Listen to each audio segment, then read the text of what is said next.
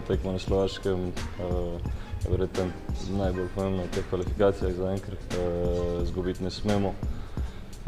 Tako da bomo videli, se pravim, izkušnje siguren, da nekateri jih imamo malo več, nekateri malo manj, ampak mislim, da če bomo pravi, da lahko iztržimo ugoden rezultat na Slovaškem.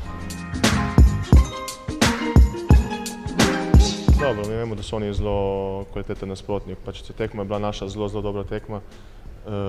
Treba bo sigurno ponoviti, igrati neko zelo podobno, agresivno igro, ki mogoče njim ne odgovarja toliko, ampak vseeno, mislim, da z malo sreče, mogoče kar nam je manjkalo na kakšni drugi tekmi, lahko pariramo in lahko tudi proti njim dosežemo dober rezultat.